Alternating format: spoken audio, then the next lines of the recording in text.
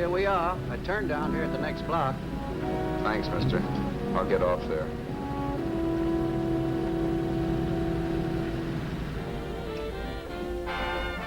Want anything else?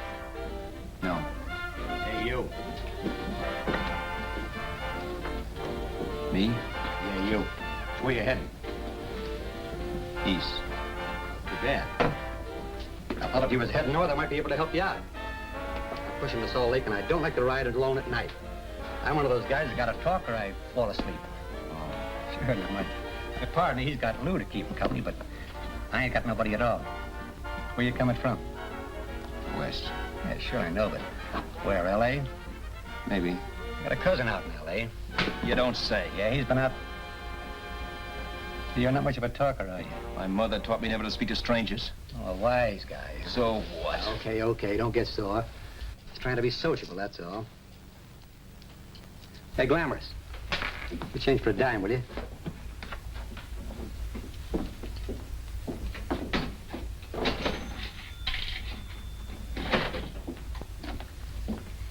Let's have something quieter this time, Joe. My head's splitting. Is that what's wrong with it? Done with your coffee? No. And don't rush me, will you?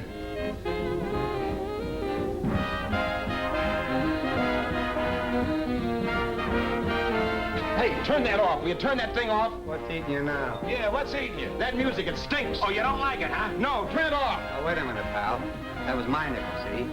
This is a free country. And I play whatever I wanted. Okay. Sure, and if you don't like it, you don't have to listen to it. And you can leave here anytime you want it. Okay, I'm sorry I asked. First good piece played tonight and you don't like it. Some people just ain't got any good taste.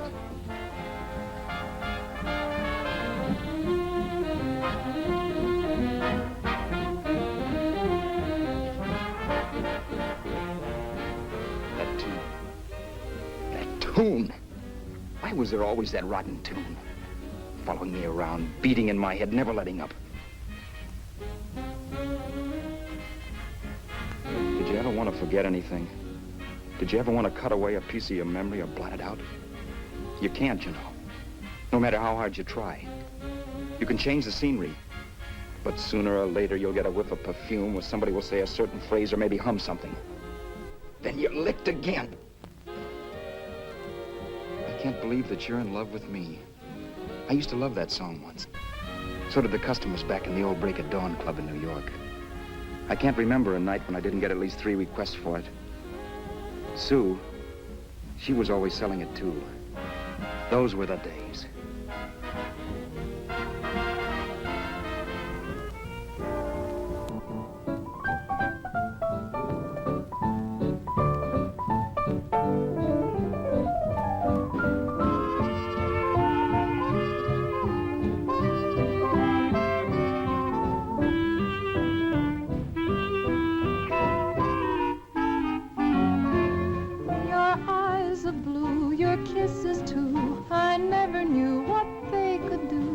I can't believe that you're in love with me.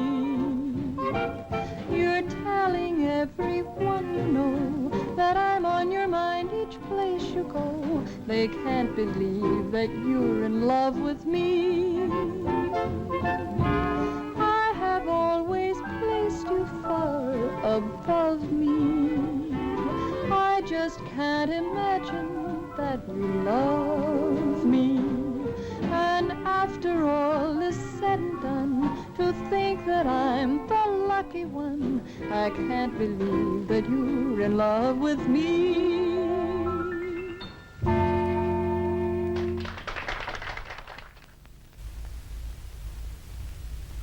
It wasn't much of a club, really. You know the kind. A joint where you could have a sandwich and a few drinks and run interference for your girl on the dance floor. I pounded the piano in there every night from 8 until the place closed up, which usually meant 4 in the morning. A good job as jobs went in those days. Then, too, there was Sue, who made working there a little like working in heaven. But how we felt about each other, well, there was nothing very unusual in that. I was an ordinary healthy guy, and she was an ordinary healthy girl, and when you add those two together, you get an ordinary healthy romance, which is the old story. Sure, but somehow, the most wonderful thing in the world.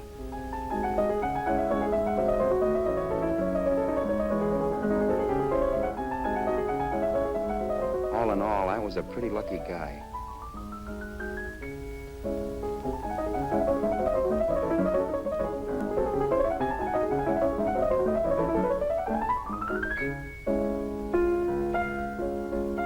Mr. Paderewski, I presume. It's beautiful. You're going to make Carnegie Hall yet, Al? Yeah, as a janitor. I'll make my debut in the basement. I don't blame you for being bitter, darling, but you mustn't give up hope. Why, someday... Yeah, someday. If I don't get arthritis first. In the meantime, let's blow this trap.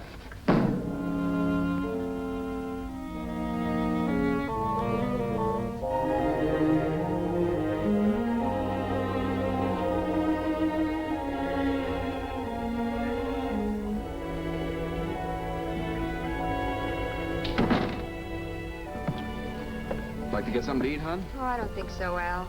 I lose my appetite working in this flea bag. Let's go home. Okay. I can't stand much more of that dump. Did you see that drunk tonight trying to paw me? No, what drunk? Does it matter what drunk? Say, what's the matter with you tonight, darling? That's the third time you started to tell me something and then stopped. We shouldn't have any secrets from each other, Sue.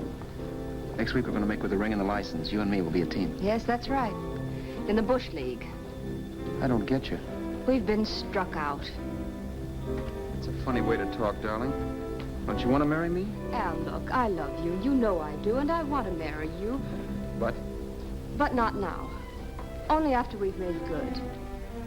Sunday, I'm going away. Oh, I know you'll think it's silly. That's why I hesitated to tell you. But I'm going to California. I want to try my luck in Hollywood. That's the most stupid thing I ever heard of. Don't you know millions of people go out there every year and wind up polishing cuspidors? I thought you had better sense. You sound as if you don't think I have any talent. That has nothing to do with it. I'll make out all right. Maybe. But what about me? Doesn't it mean anything to you that you're busting up all our plans? We may not see each other for years? It won't be that long. I thought you loved me. I do. You know I do. Well, here we are. Al, why can't you see my side of it? I'm young. We both are, and we've got all the time in the world to settle down.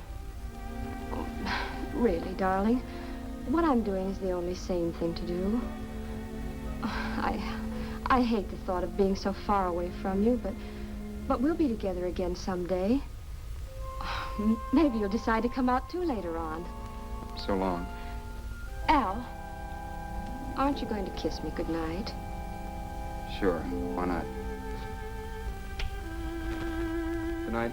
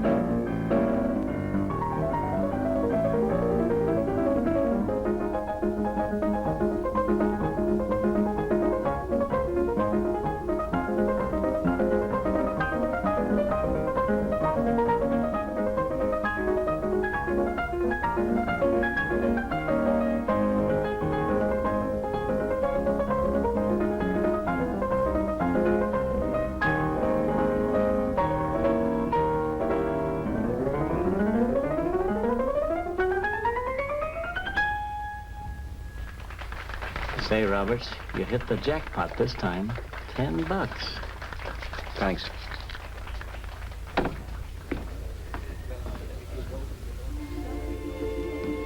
So when this drunk handed me a 10 spot after a request, I couldn't get very excited. What was it, I asked myself? A piece of paper crawling with germs. It couldn't buy anything I wanted. It couldn't... Then I thought of something.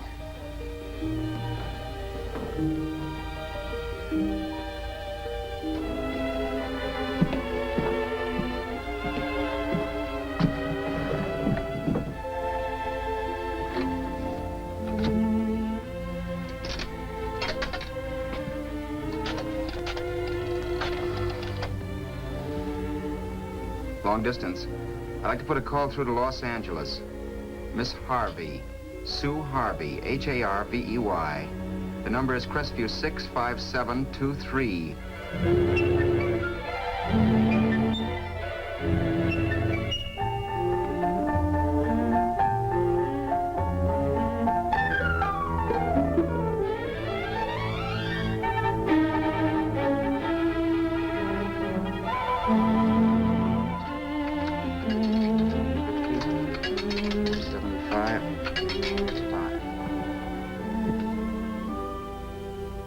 Hello, Sue? This is Al. Oh, baby, it's great to hear from you, too. What's that? You do? Oh, me too, darling. I thought I'd go batty without you. I just had to... Huh? You're working as a hashlinger?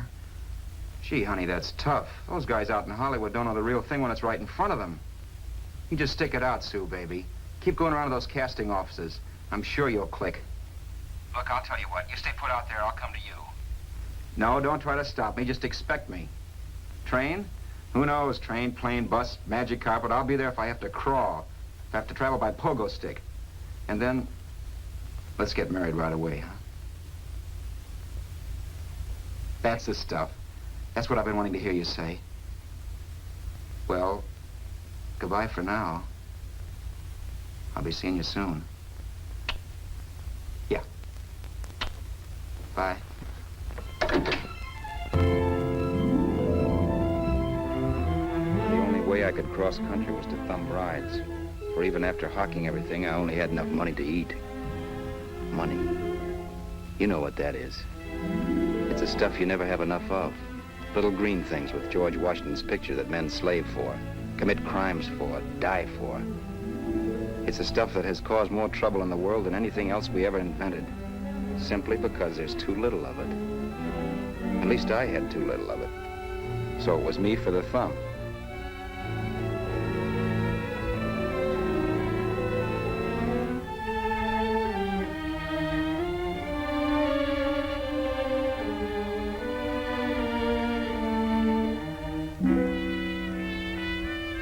Ever done any hitchhiking?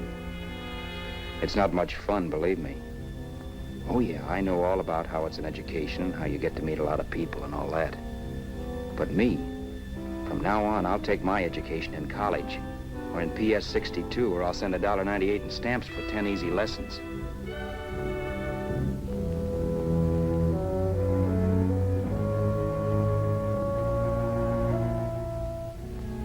Thumbing rides may save you bus fare, but it's dangerous. You never know what's in store for you. You hear the squeal of brakes. If only I had known what I was getting into that day in Arizona. Here, throw that in the back seat. Okay, let's go. Make sure that door is closed.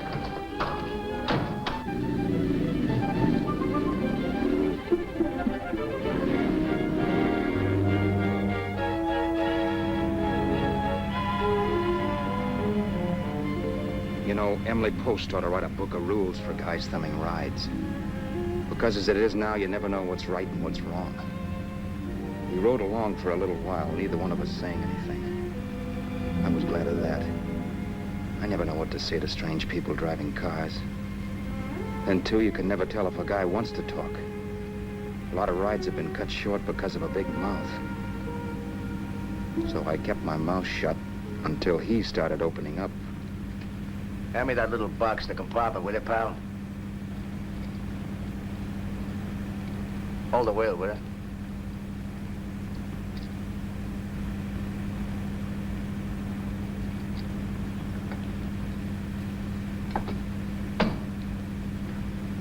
How far are you going? L.A. Wow, you're really traveling, aren't you? Yeah, but I don't expect to make it for a couple of years at the rate I've been promoting rides. Not much luck, huh? Sure, all bad. Not many people stop for a guy these days. Afraid of a stick-up, maybe. Well, you can't blame them. Where you coming from? New York? Well, New York. You're in luck this time. I'm going all the way. Right through to Los Angeles. You drive a car? Sure. Whenever you're tired, let me know. I'll holler. I guess at least an hour passed before I noticed those deep scratches in his right hand. They were wicked. 3 puffy red lines about 1/4 of an inch apart. He must have seen me looking at them because he said, Beauties, aren't they? They're gonna be scars someday. What an animal. Whatever it was, it must have been pretty big and vicious to have done that. Right on both counts, New York. I was tussling with the most dangerous animal in the world. A woman. She must have been Tarzan's mate. Looks like you lost the bout. Certainly wasn't a draw. You know, there ought to be a law against dames with claws. Yeah. I tossed her out of the car in her ear. Was I wrong? Give a lift to a tomato, you expect it to be nice, don't you? Yeah. After all, what kind of a dame's thumb rides? Sunday school teachers? Yeah. A little witch. She must have thought she was riding with some fall guy. And me, who's been booking horses around racetracks since I was 20. I've known a million dames like her. 2 million. Yeah. Stopped the car, opened the door. Take it on the Arthur Duffy, sister, I told her. That's the stuff. As I was done, huh? But if you want to see a real scar, brother, get a load of this. Wow. I got that one dueling. Dueling? Yeah, we're just kidding, of course. My dad owned a couple of Franco-Prussian sabers. Kept them on the wall for decorations. Well, one day, another kid and I took them down when the old man wasn't around. Had a duel. He got me in the arm here. Pretty mean cut. Infection set in later. Yeah, I can see that. Now, give me that box again, will you? Yeah.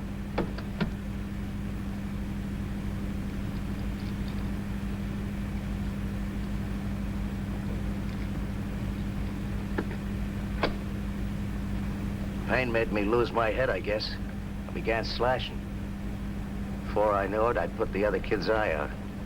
That was tough. Well, it was just an accident, of course. Do you know how kids are? I got scared and decided I was going to run away from home. Old man almost caught me when I was packing my duds. The bloody rag I had wrapped around my wrist hadn't caught his attention.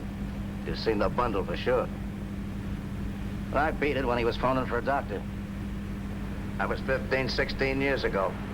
I haven't been home since. Pull in there for a bite or something, huh? a bite or something. Brother, was I hungry. I hadn't had anything in my stomach for hours. Yet even with that gnawing in the pit of my belly, I didn't want to be in too big a rush to put on the feed bag. First, I had to make sure this guy knew the score. If I got him down on me, goodbye ticket to Hollywood.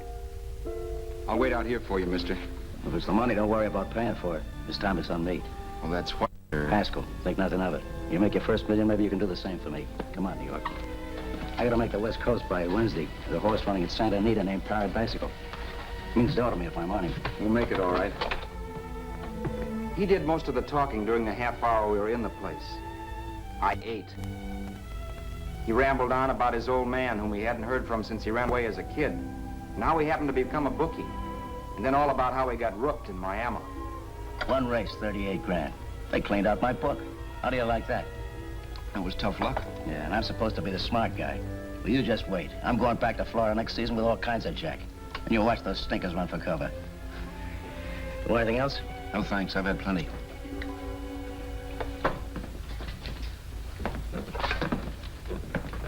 That check there, sister? Oh, just a minute. Your change, sir. Keep it, sister. Oh, thank you, sir. Call again. I'll be waiting outside for you when you finish work. Sharp check, huh?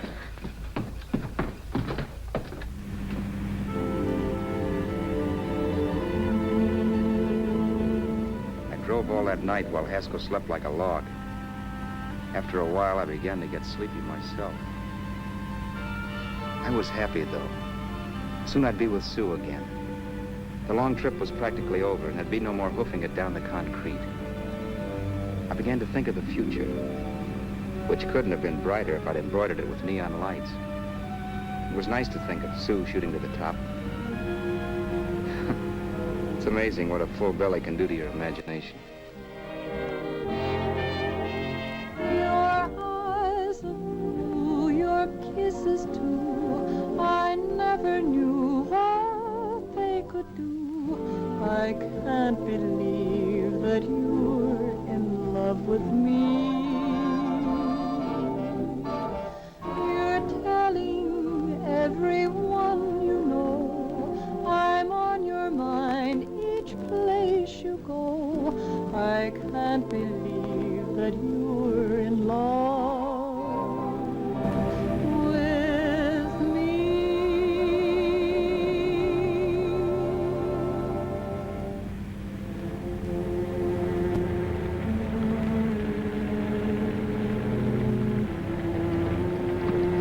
Mr. Haskell? Mr. Haskell? Mr. Haskell, wake up, it's raining. Don't you think we ought to stop and put up the top?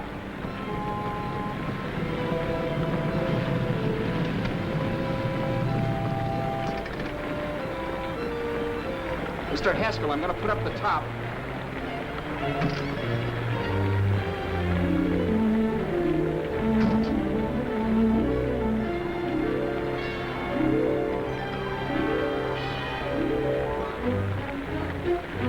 Until then, I had done things my way. But from then on, something else stepped in and shunted me off to a different destination than the one I had picked for myself. For when I pulled open that door... Mr. Haskell, what's the matter? Are you hurt? Are you hurt, Mr. Haskell? Start your sermon. I'll listen to it. But I know what you're going to hand me even before you open your mouths. You're gonna tell me you don't believe my story of how Haskell died and give me that don't make me laugh expression on your smug faces. I saw at once he was dead, and I was in for it. Who would believe he fell out of the car? Why, if Haskell came too, which of course he couldn't, even he would swear I conked him over the head for his dough. Yes, I was in for it. Instinct told me to run, but then I realized it was hopeless. There were lots of people back down the road who could identify me. That gas station guy and the waitress. I would be in a worse spot then, trying to explain why I beat it. The next possibility was to sit tight and tell the truth when the cops came. But that would be crazy. They'd laugh at the truth. And I'd have my head in the noose. So what else was there to do but hide the body and get away in the car? I couldn't leave the car there with him in the gully. That would be like erecting a tombstone.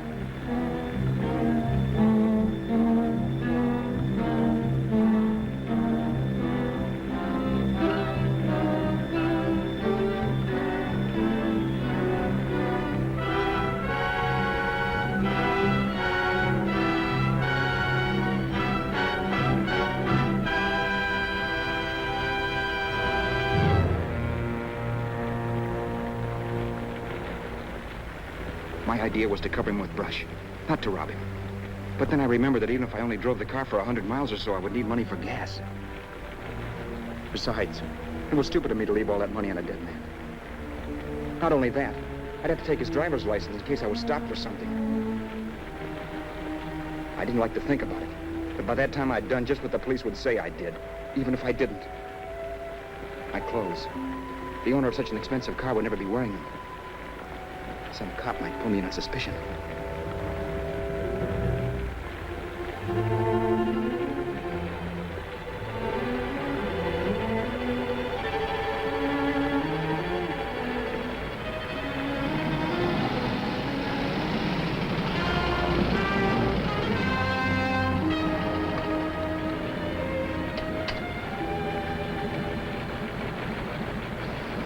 Hey, you, this your car? Don't you know better than to leave a car with the wheels halfway in the middle of the road? That's the way accidents happen. I'm sorry, officer. I was just putting up my top. I didn't think. Well, the next time, think. I'll let you go now, but watch your step in the future. I know that's a lonely stretch, but cars come by here once in a while, and we have plenty of crack-ups. Thanks, officer.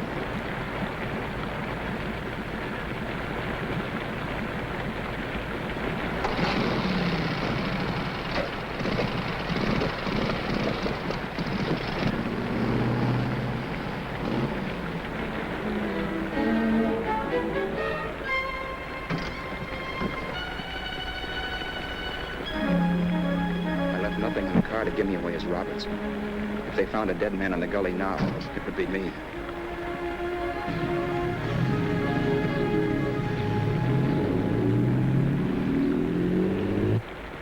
As I drove off, it was still raining, and the drops streaked down the windshield like tears. I kept imagining I was being followed and that I could hear sirens back in the distance. Just how long it took me to cover the 60-odd miles to the California state line, I don't know. I lost all track of time. But the rain had stopped and the sun was up when I pulled up to the inspection station. Hello? Carrying any fruits or vegetables? No. Any livestock or poultry? No. I'd like to see your registration and driver's license, please. Anything in the baggage compartment? Just baggage. Charles Haskell, Jr., age 30, brown eyes, dark hair. Identifying marks, none. Are you Charles Haskell, Jr.? Yes.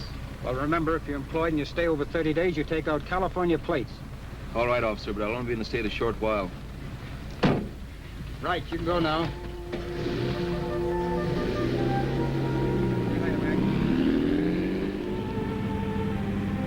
I couldn't drive any farther without some sleep. Cops or no cops, I knew I had to hit the hay and hit it hard. I was dead tired.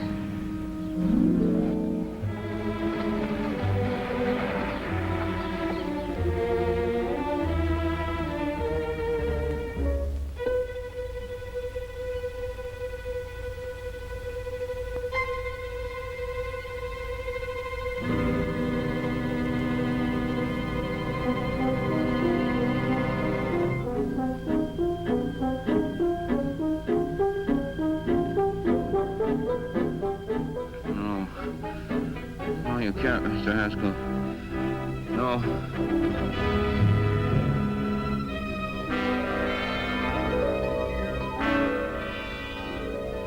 Mr. Haskell, you can't die. I think I did it. No, Mr. Haskell. No. No.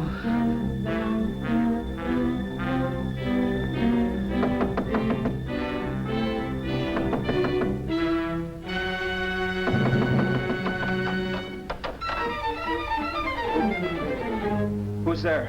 It's the maid. Can I come in and clean? Later. In a half hour. All right, sir.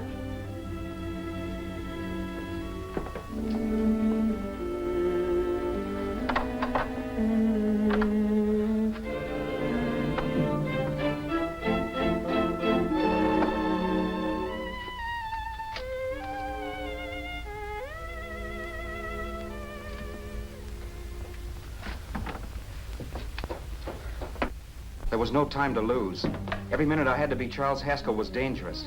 And I'd have to be Charles Haskell until I got to some city where I could leave the car and be swallowed up.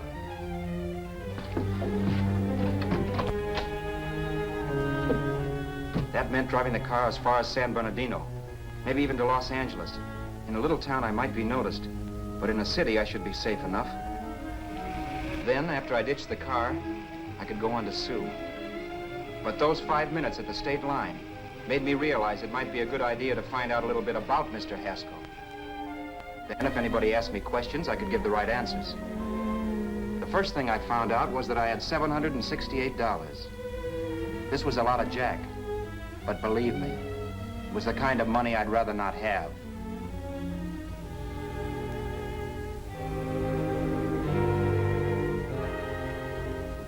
And then I found out from a letter Haskell was carting around in his bag that he wasn't the open-handed, easygoing big shot who went around buying dinners for strange hitchhikers. Before I got done reading it, I saw him more as a chiseler. It was written to his old man in California, the one he hadn't seen in so many years. In it, Haskell posed as a salesman of hymnals, of all things.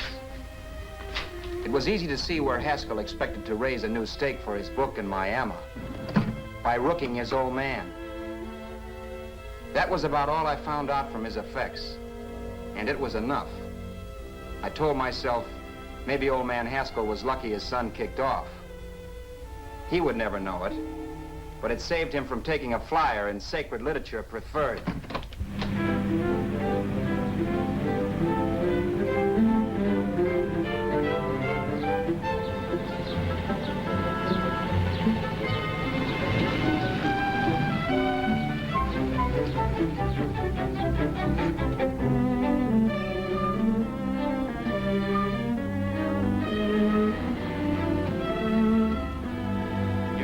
At Desert Center, I pulled up for water. There was a woman.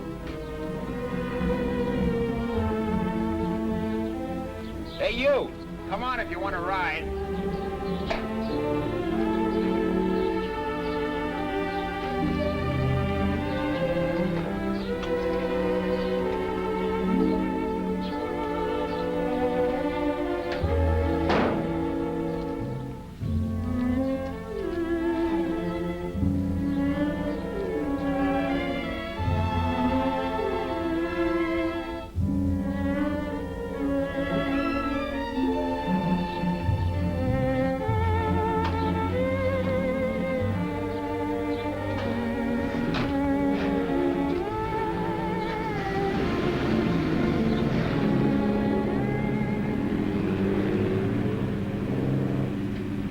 How far are you going?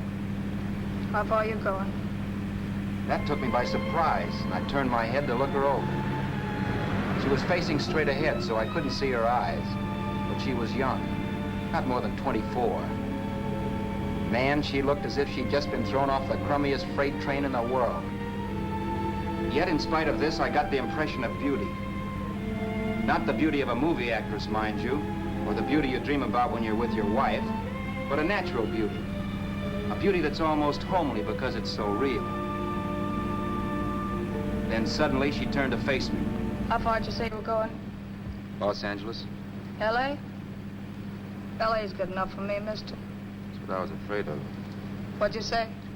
Oh, nothing, just thinking out loud. People get in trouble for doing that. What's your name? You can call me Vera if you like. You live in Los Angeles? No. Where are you coming from? Oh, back there. Needles? No. Oh, sure, Phoenix. You look just like a Phoenix girl. Are the girls in Phoenix that bad? The girl must have been pretty tired, because she fell asleep not 20 minutes after she stepped into the car. She lay sprawled out with her head resting against the far door, like Haskell. I didn't like that part of it much, but I didn't wake her up. It wasn't that this girl still worried me. I'd gotten over that funny feeling I had when she looked at me, which I put down as just my jangled nerves. With her eyes closed and the tenseness gone out of her, she seemed harmless enough. And instead of disliking her, I began to feel sorry for her. The poor kid probably had had a rough time of it. Who was she anyway? And why was she going to Los Angeles? And where'd she come from in the first place? The only thing I knew about her was her name. Not that it made any difference. A few hours more and we'd be in Hollywood. I'd forget where I parked the car and look up Sue. This nightmare of being a dead man would be over. Who this dame was, well, it was no business of mine. Where did you leave his body? Where did you leave the owner of this car? You're not fooling anyone. This buggy belongs to a guy named Haskell. That's not you, mister. You're out of your mind. That's my name, Charles Haskell. I can prove it. It's my driver's Save license. yourself the trouble, mister. Having Haskell's wallet only makes it worse. It just so happens I rode with Charlie Haskell, all the way from Louisiana. He picked me up outside of Shreveport. You rode? You heard me. Then it all came back to me. All the talk about dueling and scars and scratches. There was no doubt about it. Vera must be the woman Haskell had mentioned. She must have passed me while I slept. Well, I'm waiting. My goose was cooked. She had me. That Haskell guy wasn't dead yet. He wasn't stretched out stiff and cold in any Arizona gully. He was sitting right there in the car, laughing like mad while he haunted me. Well? There was nothing I could say. It was her move. Vera, whatever her name was just my luck picking her up on the road. It couldn't have been Helen, or Mary, or Evelyn, or Ruth. It had to be the very last person I should ever have met. That's life. Whichever way you turn, fate sticks out a foot to trip you.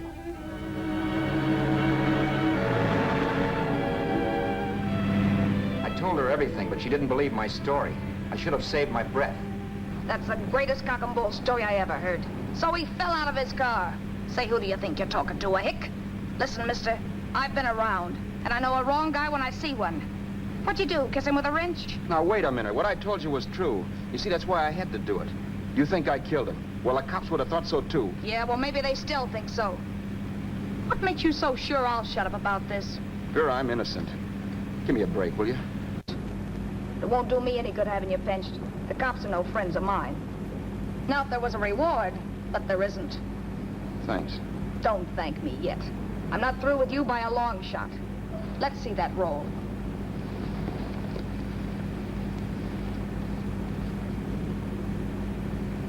Is that all Haskell had? Isn't it enough? No, I thought he had more. Not that I know of. You can search me. You think I'm holding out on you? Well, maybe I will at that. He told me he was going to bet $3,000 on a horse named Paradisical on Wednesday at Santa Anita. He was stringing you along. He meant 300. Maybe. Sure, $3, 300. He was a piece of cheese, a big blowhard. Listen, mister, don't try and tell me anything about Charlie Haskell. Remember, I knew him better than you did. Okay, then you knew he was a four-flusher. That explains the $3,000 bet. I'm not so sure he didn't have that $3,000. Why should I believe you? You got all the earmarks of a cheap crook. Now, wait a minute. minute. You're a cheap crook and you killed him. For 2 cents, I'd change my mind and turn you in. I don't like you. All right. Don't get sore. I'm not getting sore. But just remember who's boss around here. If you shut up and don't give me any arguments, you'll have nothing to worry about. But if you act wise, well, mister, you'll pop into jail so fast it'll give you the bends. I'm not arguing. Well, see that you don't. You know, as crooked as you look, I'd hate to see a fella as young as you wind up sniffing that perfume that Arizona hands out free to murderers. I'm not a murderer. Of course you're not. Haskell knocked his own head off. He fell, that's how it happened, just like I told you. Sure, and then he made you a present of his belongings. I explained why I had to do that. Doesn't make a difference one way or another. I'm not a mourner. I liked Haskell even less than I like you. Yeah, I saw what you did to him. What do you mean? Those scratches on his wrist. Sure, I scratched him. Don't say you did. So your idea was to drive the car a little way, maybe into San Bernardino, and then leave it. You weren't gonna sell it? Sell it? You think I'm crazy? Somebody else's car? See, all I want to do is leave it somewhere and forget I ever saw it. Not only don't you have any scruples, you don't have any brains. I don't get you. Maybe it's a good thing you met me. You'd have got yourself caught, sure. Why, you dope. Don't you know a deserted automobile always rates an investigation? Huh? Look, the cops find a car. Then they get curious. They wonder where the owner is. So, all right, they don't trace Haskell. They trace you. I never thought of that. The only safe way to get rid of the car is to sell it to a dealer. Get it registered under a new name. Say, stop at the next store. I want to get a bottle and do some shopping before we hit L.A.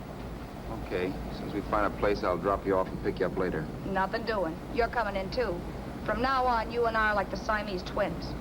Have it your way, but I don't get the point. The point is, I don't want you to get lost. I'm not going to beat it if that's what you're afraid of. I'll say you're not. Well, I'm going to see that you sell this car so you don't get caught. Thanks. Of course, your interest wouldn't be financial, would it? You wouldn't want a small percentage of the profits. Well, now that you insist, how can I refuse? 100% will do. Fine. I'm relieved. I thought for a moment you were going to take it all. I don't want to be a hog. A few hours later, we were in Hollywood. I was recognizing places Sue had written about. It struck me that far from being at the end of the trip, there was a greater distance between Sue and me than when I started out. Vera wasn't kidding with that Siamese twins crack. She rented a little apartment as Mrs. Charles Haskell. When I objected to this, she explained that it was on account of the car. A dealer might think something was funny if he called and found we were using different names.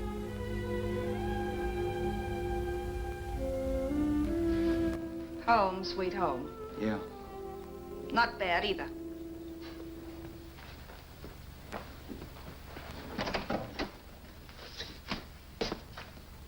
In case there's any doubt in your mind, I'll take the bedroom. Yeah. Sure is stuffy in here.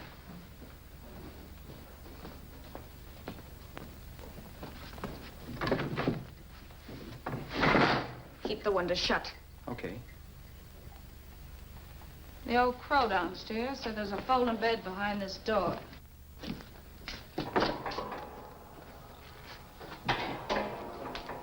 You know how to work it? I invented it. Some joint. One can't have everything.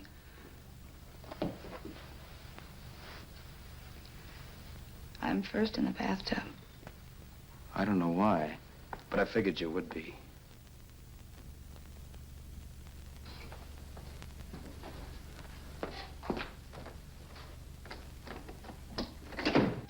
Boy, oh boy. It sure feels good to be clean again. I must be 10 pounds lighter. You must be. Well, hitching rides isn't exactly the way you keep your schoolgirl complexion. I wish that guy with the sax would give up. Gets on my nerves. Forget it. Have a drink. Aren't you afraid I might take you up on it? If I didn't want to give you a drink, I wouldn't have offered it. Why be a sorehead, Roberts? You got yourself into this thing. You should be grateful I'm not turning you in. Why, if I wasn't regular, you'd be in the pen this minute, being photographed, fingerprinted, and being pushed around by the cops.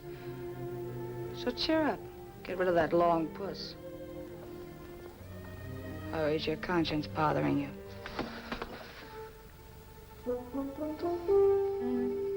No, it isn't. Swell. That's the spirit. He's dead and no moaning around will bring him back. Anyway, I never could understand this worrying about something that's over and done with. Now look, Vera, for the last time I didn't kill him. Haskell was a sick man. Maybe he was dead before he fell out of the car. I don't know. Sure. He died of old age. All right. So if it'll make you sociable, you didn't kill him.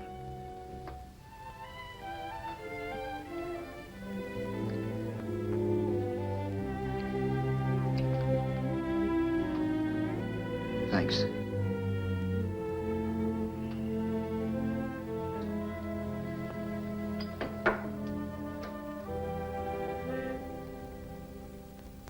We're out of liquor, Roberts. Yeah. Too bad. I felt like getting tight tonight. Well, I think you succeeded. Am I tight? As a prima donna's corset. That's good. I wanted to get tight. Why? What have you got to get tight about? Oh, I don't know. Few things. You should have my worries. If I had your troubles, I'd stay sober. And I've got the key to that door. Yeah. Maybe you're right. I'm always right. You know, I don't like your attitude, Roberts. Well, there's a lot of things I don't like. Sure. But life's like a ball game. Professor. People knock themselves out trying to buck fate. Now, take you, for instance. You're lucky to be alive. Why, suppose Haskell had opened your door. You'd be playing a harp now. Think of that. You think of it. I'm tired of thinking. There's plenty of people dying this minute. I would give anything to trade places with you. I know what I'm talking about. I'm not so sure. At least they know they're done for. They don't have to sweat blood wondering if they are. Your philosophy stinks, pal. We all know we're going to kick off someday. It's only a question of when.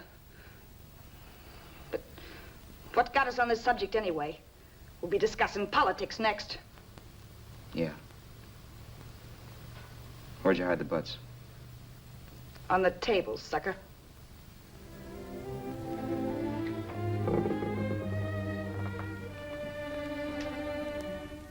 We bored each other with conversation for a couple of hours longer. Every 5 minutes, one of us was wishing we had another bottle or a radio or something to read. Then finally, we ran out of chatter. I know it's only 11 o'clock, but I want to get up early and make the rounds of the used car lots. No hurry about that. We've got all the time in the world. Maybe you have, but if you think I want to stay cooped up in this place any longer than I have to, you're batty. It's not a bad place. We pay plenty for diggings like this in New York. I wouldn't like it if it was the Ritz.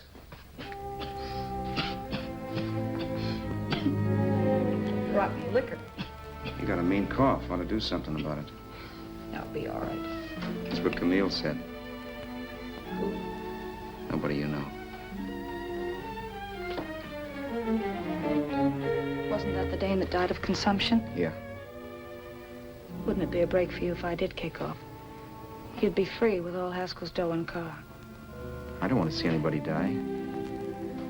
Not even me. Especially not you. One person died of me. If you did, well, that's all I need. You don't like me, do you, Roberts? Like you? I love you. My favorite sport is being kept prisoner. After we sell the car, you can go to blazes for all I care. But not until then.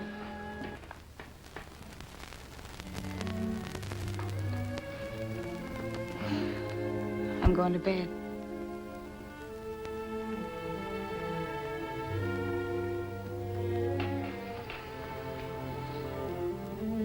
Good night, Roberts. Don't try and sneak away during the night. All the doors are locked. Anyway, if I find you gone in the morning, I'll notify the police. They'll pick you up. Don't worry, I know when I'm in a spot.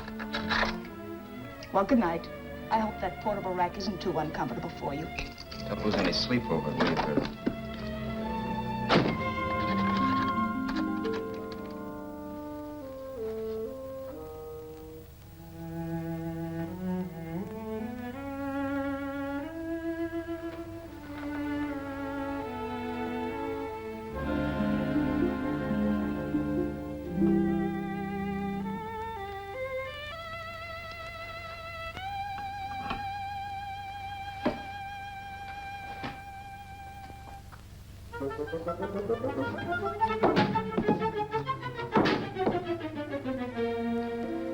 Crisview. 6, 5, 7, 2, 3. Hello? Hello? Hello? Hello?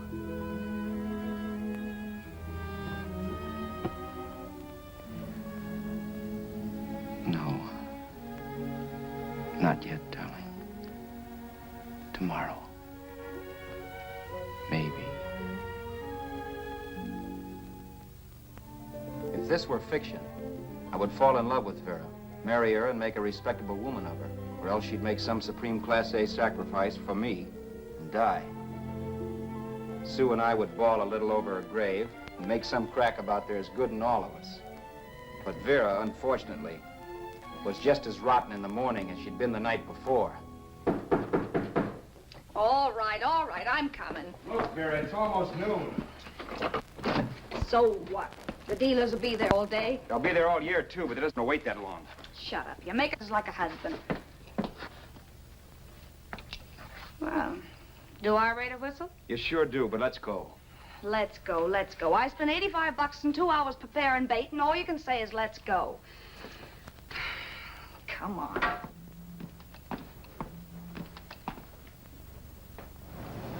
We passed a few used car lots last night down this way. What do you think we can get for this heap? I don't know. Plenty. Just let me handle everything. Think we can get $2,000? I don't know, but don't worry. I'll squeeze as much out of this guy as I can. If I let it go cheap without a fight, he might think we've stolen the car. And listen, don't make any slips and call me Roberts. That'll cook us. I don't need you to tell me that. You better just sit by and keep your mouth closed. Remember, we're both in the soup if anything happens. Forget it and drive. You're my wife, Vera Haskell. Look, after the deal's closed, let's go back to that place on Hollywood Boulevard where I saw the fur jacket. I want to buy it. After the deal's closed, I'm saying goodbye to you. That's right, I forgot. I guess I'm getting kind of used to you. Well, that's a habit you could start breaking. Let's try this place in the middle of the block.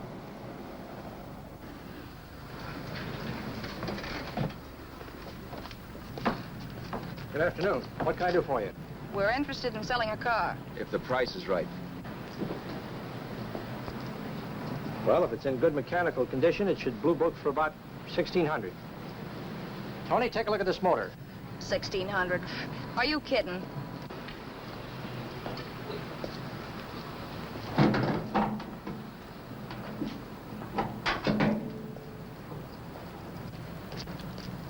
Well, maybe $1,850. Before I let it go for $1,850, I'll wreck it and collect the insurance first.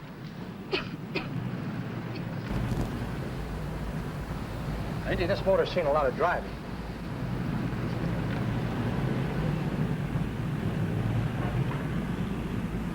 While the mechanic inspected the car, we haggled. At last, when we were all worn out, we hit a compromise. His price. Okay, it's a deal. All right, come in. We'll sign the papers. I have the ownership papers right here with me. Look, Vera, in the meantime, will you clean the dash compartment? There may be some stuff in it. All right, darling. $1,850. That dirty crook.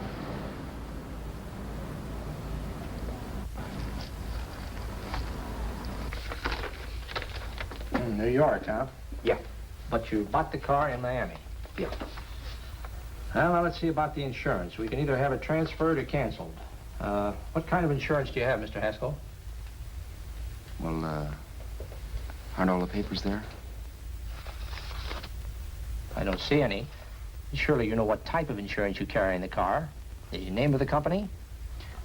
Yeah, but, Well, if you'll just tell me the name of the company, I'd be very glad to take care of all the details. well, Did you sign the papers yet? not yet. Well, don't. We're not selling the car. Well, wait a minute, Mrs. Haskell. Come on, darling. What's the matter? You changed your mind? Yes, I'm sorry. I guess I have. But, Vera... Let's go.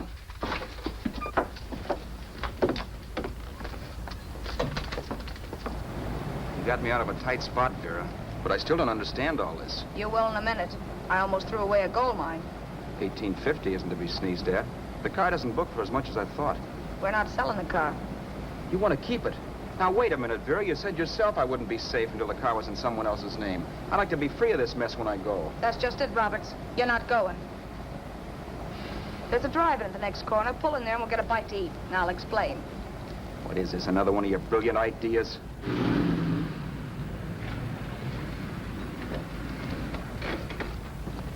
Oh, I take your order? Make mine a ham sandwich and coffee. And for you, sir? Oh, I don't care. The same. Thank you.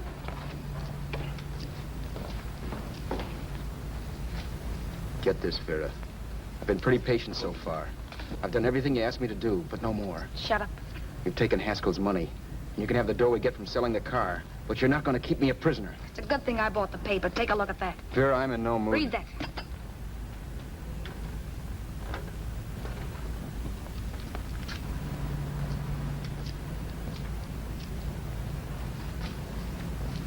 No. Yes. No, I won't do it. Yes, you will. You think I'm crazy? It's impossible, I tell you. Excuse me.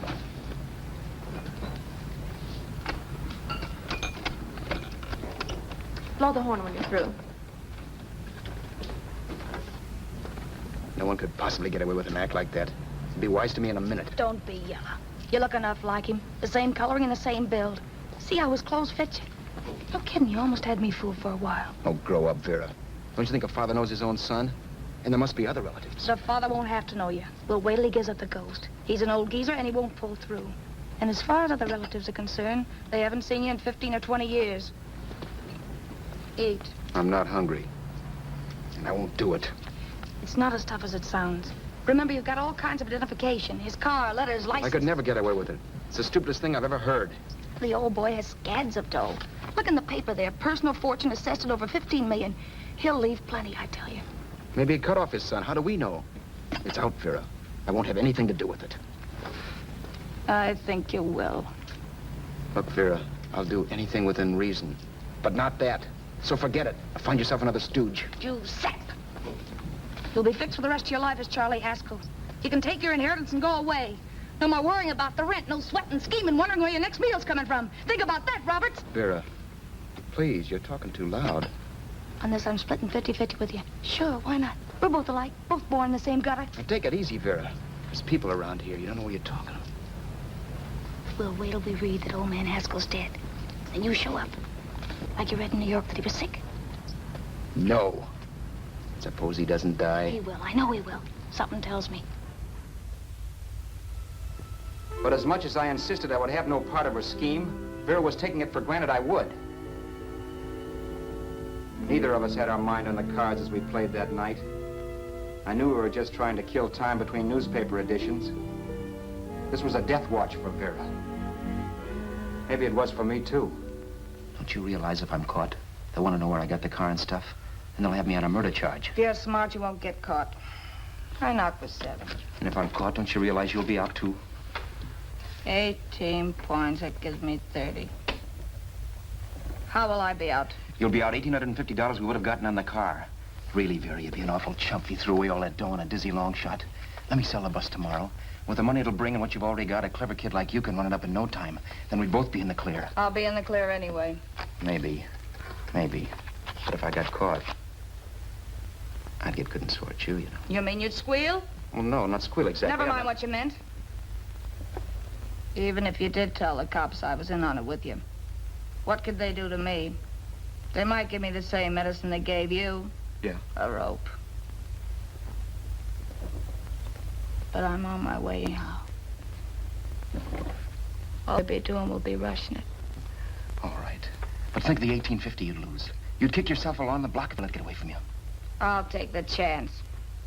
Want another drink? You're being a goon. That's the way people wind up behind the 8 ball. Once they get a few dollars, they become greedy and want more. My. Caesar. Who? You know that Roman general? He got his for being greedy. He wasn't satisfied, so the final wind-up was he took the count. A couple of days ago, you didn't have a dime. Why, you were so broke you couldn't pay cash for a postage stamp. Now you've got almost $700 with $1,850 in the offing. Take my advice. Don't try for more. I'm tired of this game. Let's have some blackjack. Play solitaire. Okay, I will if that's the way you feel about it. That's the way I feel about it. Getting sore and throwing things won't help much, Roberts. I'm really doing you a favor. I help you out of a jam by keeping my mouth shut. I show you how to make some soft money. And what thanks do I get? Thanks. Sure. Or would you rather call the cops and told him you killed the man and stole his money? I didn't kill anybody. Yes, you did. No, I didn't. You know I didn't. All right, then. Suppose I call the cops. If you're innocent, what do you got to be scared of? Okay. Call them, you mutt. Go ahead and call them. See if I care. At least they'll give me a square deal. You want me to call them? You heard me. But I'm warning you. If I'm pinched, I'll swear you were in on it. I'll say that you helped me. If I fry, I'll get even with you. You wouldn't dare. You chicken. Yeah? Then try it and see. Call them. Yeah. Okay, I will.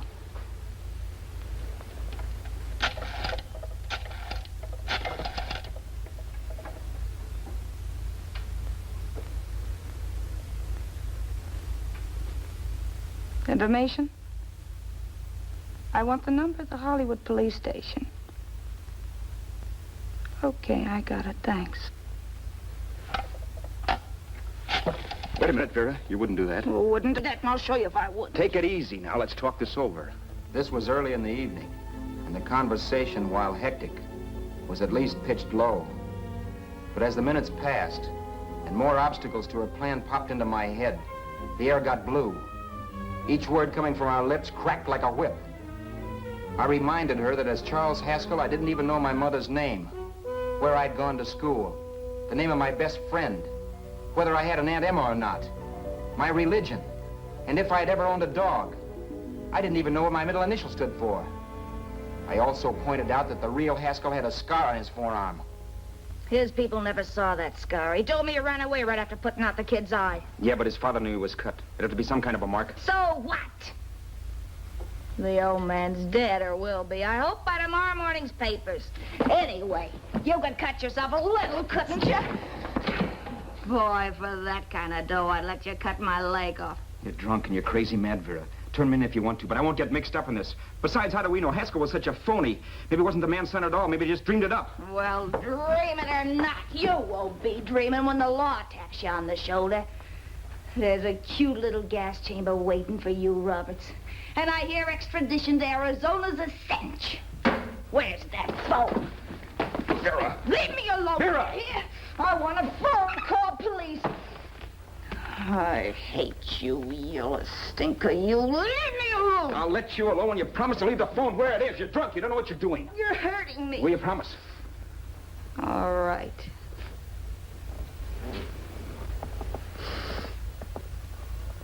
You hurt me. I'm sorry, but... And it's hot in here. Open up a window. It's not hot. Don't tell me. Now, do you do it or do I do it? You're no gentleman, see? Yeah. All right. I'll open up the window. Vera!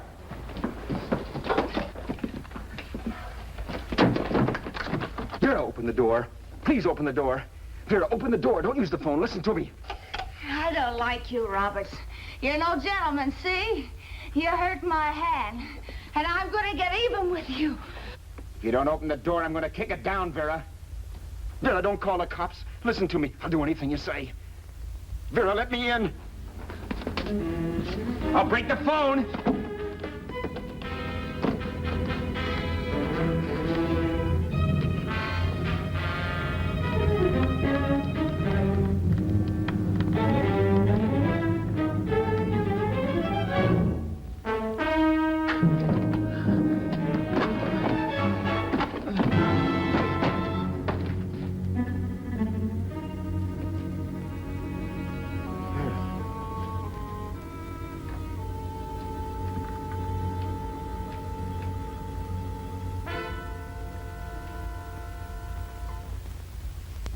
The world is full of skeptics. I know. I'm one myself. In the Haskell business, how many of you would believe he fell out of the car? And now, after killing Vera without really meaning to do it, how many of you would believe it wasn't premeditated? In a jury room, every last man of you would go down shouting that she had me over a barrel and my only out was force. The room was still. So quiet that for a while I wondered if I had suddenly gone deaf. It was pure fear, of course. And I was hysterical, but without making a sound. Vera was dead, and I was her murderer.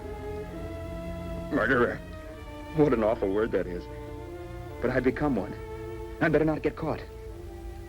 What evidence there was around the place had to be destroyed. And from the looks of things, there was plenty. Looking around the room at things we'd bought was like looking into the faces of 100 people who'd seen us together and who remembered me. This was the kind of testimony I couldn't rub out.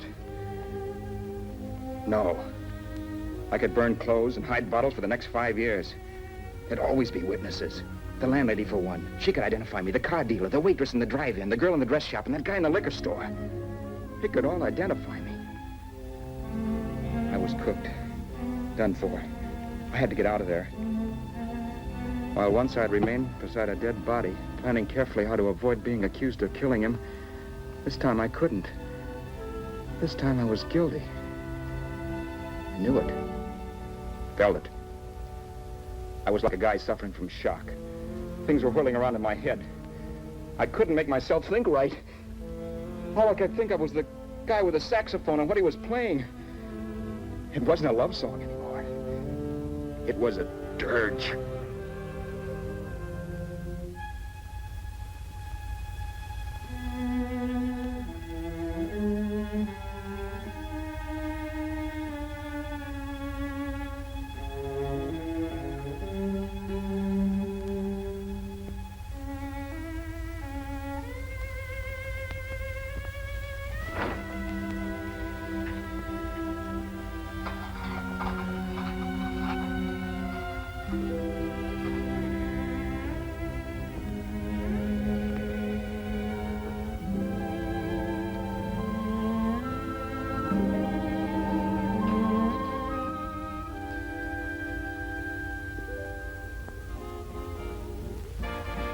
My problems weren't solved. I had to stay away from New York for all time because Al Roberts was listed as dead and had to stay dead.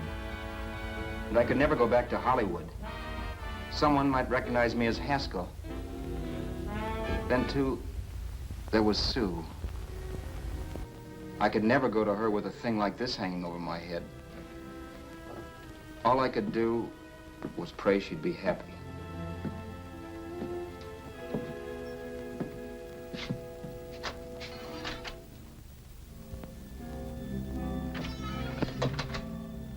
I was in Bakersfield before I read that Vera's body was discovered, and that the police were looking for Haskell in connection with his wife's murder.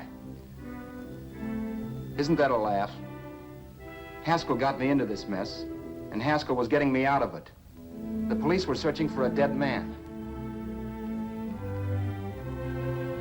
I keep trying to forget what happened, and wonder what my life might have been if that car of Haskell's hadn't stopped. But one thing I don't have to wonder about. I know. Someday a car will stop to pick me up that I never thumbed.